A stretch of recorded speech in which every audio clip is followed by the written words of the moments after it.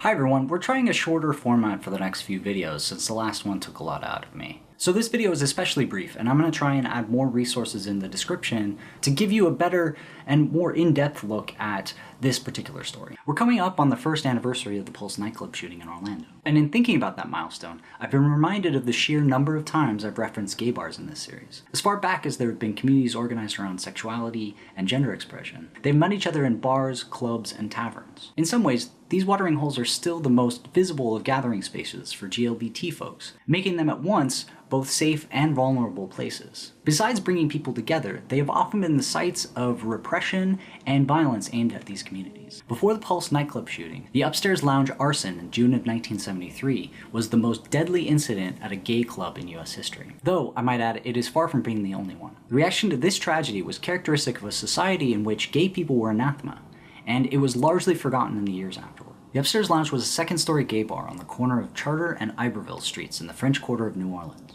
It sometimes served as a chapel for the pro-gay Metropolitan Community Church. And on the night of June 24th, 1973, church members and other patrons had gathered for the lounge's weekly beer bust, paying a flat price for all the beer they could drink. Though the exact origin of the fire is unclear. The consensus is that most likely, someone who had earlier been kicked out of the bar came back, lit a fire in the stairwell outside the lounge with lighter fluid, and rang the door buzzer. When a patron came down to let that person in, the fire spread quickly into the club, where it burned for 16 minutes. While some people were able to escape through an emergency door, or through the barred windows, many others were trapped. 32 people died during and after the fire, and more than a dozen were injured. I'm not going to subject you to them, but if you care to go looking, there are many harrowing images and testimonials that fill out the story. As the main suspect committed suicide a year later, and the investigation was soon closed, it is unlikely we'll ever know what really happened that night. Of the 32 people who died, only 28 were identified, and bodies lay unclaimed by families who wanted nothing to do with homosexuality. 3 of the 4 nameless victims remain unidentified, and all 4 are buried without markers in a potter's field, or a graveyard for unknown or indigent dead.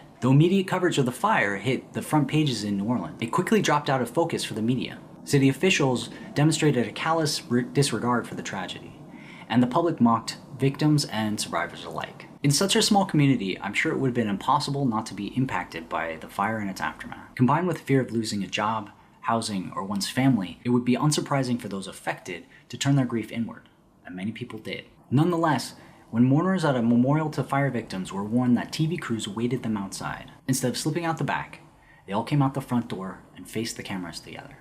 As always, you can follow me on Twitter, you can follow the show on Tumblr, and don't forget to subscribe. I've put as many resources as I can in the description below, and there's a link to the transcript there as well. See you next time.